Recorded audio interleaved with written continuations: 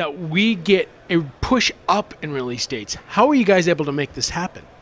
We happened to be ready, and we knew we wanted to get this game into the fans as early as possible. We saw the window, we took it, and hence our August 21st date.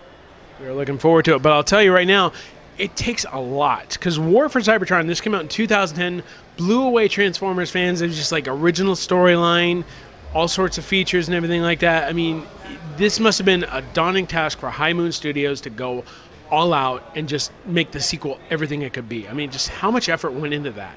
A huge amount of effort, but you know what? The fans love this property so much, and they're very vocal about what they're looking for in the next game, that they were a huge help in us deciding where we wanted to spend our resources, and it broke down to even a more epic story, more variety in gameplay, and we're delivering that on all fronts. Yeah, and this is actually something we learned in multiplayer tonight, because we're actually seeing multiplayer for the first time tonight, but it's not just Autobots and Decepticons. You're actually also involving Insecticons and Dinobots. You're just, everybody's getting in on the frenzy. It's crazy. Yeah, we're very happy. We weren't sure if we could get the Dinobots and Insecticons in there. It was a last-minute thing that our team proved that we could do. We made it happen, and we're very happy about that inclusion. Now the question is, will there be balance in the gameplay with these robots? I mean, well, obviously the Dinobots have some sort of balance against Decepticons. I mean, nobody will have an advantage when it comes to picking a certain team in multiplayer, right? When it comes to multiplayer, we're very, very careful in how we balance the game. We want to give everybody an equal shot in customizing their own guy and bringing what they have to the table. Also, and this is a first for the series. You're also introducing host migration. This has been like a highly in-demand feature for the game. Tell us how you got that incorporated.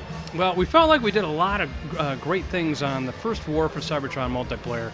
There was a core, great core mechanics. It was balanced very well, and host migration was just one of, like I said, it was requested by the fans. It was just another step in the evolution, and it's a great step forward in making this a better and richer multiplayer experience. And also, in addition to that, you introduced this new escalation mode. Well, not new. Obviously, its fans are used to it and everything like that, but they're happy to see it return, like co-op-based battle. Tell us more about that. Escalation was so popular from War for Cybertron. You get to play as Iconics, and it returns better than ever in Fall of Cybertron. Absolutely. Now, how many players can take part in that, though? In Escalation, it's a 4-player match. Do not play by yourself. You're going to get your butt kicked. Get your friends together, and you each have a role to play. You each have a class that you have to play. So you've got your healer, you've got your big tough guy. It's every role is important to surviving escalation mode. Well, absolutely. There's different roles that you have to play in regards to like just keeping everything balanced. I mean, it's something you seldom see in multiplayer games. It's like a certain balance. Usually, it's just like you take this gun and then you take this gun. But no, this actually has some balance to it, doesn't it? Escalation, teamwork is the name of the game for Escalation, and it's so much fun to get to play your favorite iconic character on top of that. It's good. It's a good time. Well, yeah, we got to talk about the customization. Now, we took a brief look at this earlier this year, just like, different options you could have for your Transformers and everything like that, but it really goes deep. It's not just a matter of, like, picking a skin and going. There is, like, parts you can manipulate, everything like that, right? Pretty much everything you want to change or customize on your own character that you're creating, you can. Players have been given this this amount of customization before. It feels endless when you'll play for hours just creating your own guy. It's fantastic. Not to mention the fact that you can actually give him a matte finish. It doesn't have to be just like dull metal. You could be like a shiny bot. Forgive the term, but you could be a shiny bot if you wanted. Yeah, you have whatever colors you pick. You can adjust how much metallic look there is glinting off your guy. You can go like full concept car mode if you want, or you can keep it plain Jane like G1.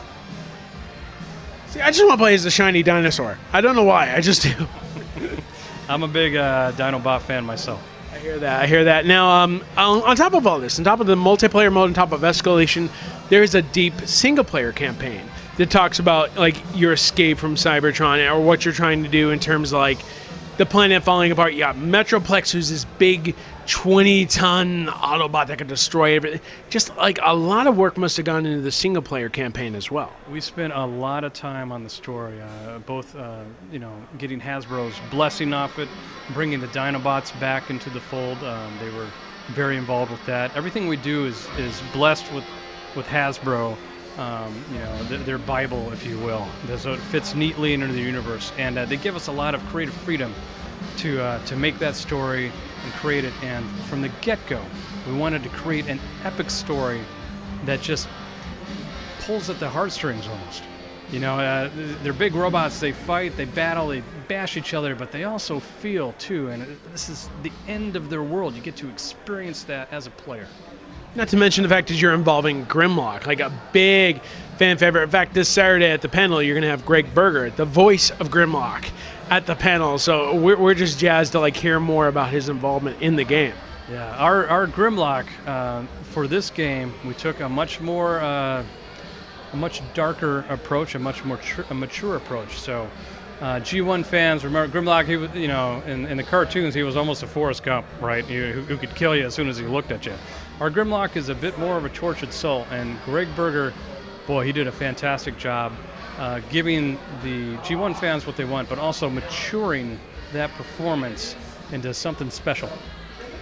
And final question here, I mean, do you have a favorite Transformer? I know it's so hard between like Optimus and Grimlock and everything like that, but do you have a particular favorite amongst the lexicon of Transformer characters?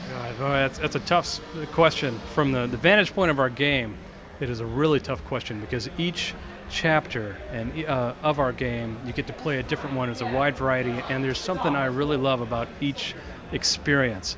But if I had to choose, I'm an Optimus Prime guy through and through. See, Grimlock might be bitter with you. He might be going, "Me, Grimlock, not happy," or something like that. I hope I'm not sitting next to him in the panel. Good luck surviving, sir. We'll see you then. Thank you very much.